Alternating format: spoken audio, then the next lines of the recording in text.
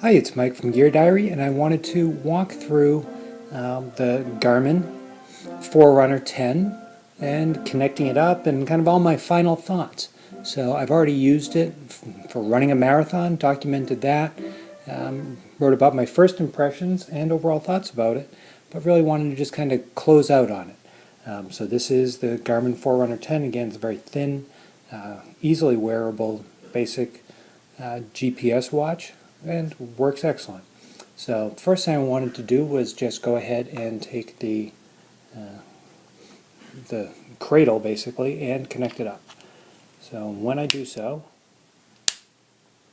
it snaps into place and I get a little delta, and also I get the indicator that the battery is charging. Now I haven't hooked it up in a couple of runs with one day in between. So the last day, today is Sunday, and the last day I hooked it up was Thursday. So I had a run Friday, a day off Saturday, and then another run today. So therefore, the battery was actually fairly low, and that's probably my major complaint, is the battery life on this is not very good. So now if I come over to the Mac, I have got the Garmin Connect site up, and I can find my upload button and simply go to upload, search for devices, and upload activities. And there we go, and I can go ahead and hit my latest activity, which brings up my latest run of just over 9 miles that I did today. And it go ahead and puts all your information there in terms of your GPS tracking, your pace, as well as your splits. So it's a very informative site, and of course it'll track all your activities over time. So I can go ahead and click on that, and it'll bring up everything that I have logged since, again, my first experience was the day before the marathon, and then right into the marathon, and then so on from there that I've worn tracking it. So that is all the process for hooking in your Garmin system. And of course, once you've got that, you've got each individual one, you can then go in. I could then go in, I could share this, I could export it, so on and so forth. I can do all kinds of different things. So you can go ahead and do the player, which we'll go ahead and actually go through and kind of show you, what your run looked like over time, and so on.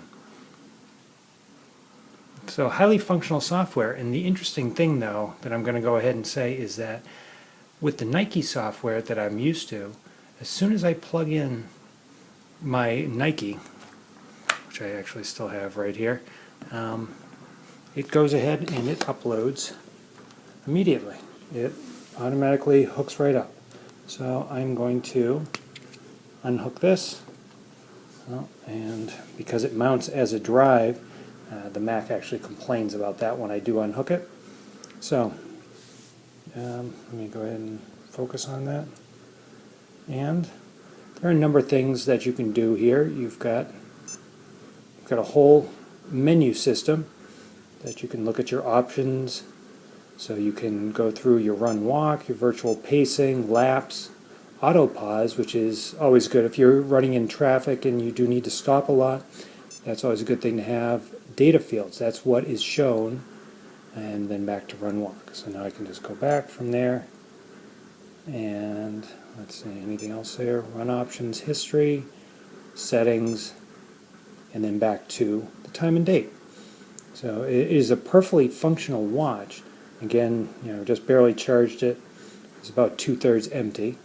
Now here, well labeled, is the backlight, which you can probably barely see there. Now right here, this is kind of your single button of life. So this one will go ahead and, I'm not going to do it since I'm inside, but it will go ahead and try to seek my GPS satellites, get the location, and then if I'm out running, I hit it again, it will pause it, and then I can use the menu to either save, discard, or resume. and so on and so forth. So it's a solid product. It's got a nice band, actually. It's a really well put together band, plenty of notches in there, and hard to see in there, but this will actually not go into the notches on there and really help hold it firmly in place. So even as you're out and about and running, you don't really need to worry about it loosening up and flying all over the place. It'll hook up nicely and really stay in place for you. So, again, the Garmin ForeRunner 10, it's their $130 entry-level watch.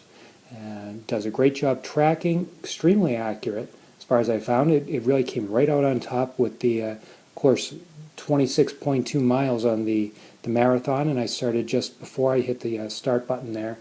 And so it came out almost identical to their time, distance, pacing, all of that stuff. So I really felt good about that, and if it can track across that distance, it can do certainly as well across shorter distances, which is what I've found. My single complaint really remains the battery life. It's really intended for shorter distances and somebody who's going to be good about plugging in, at least a couple of times a week, really keeping on top of that.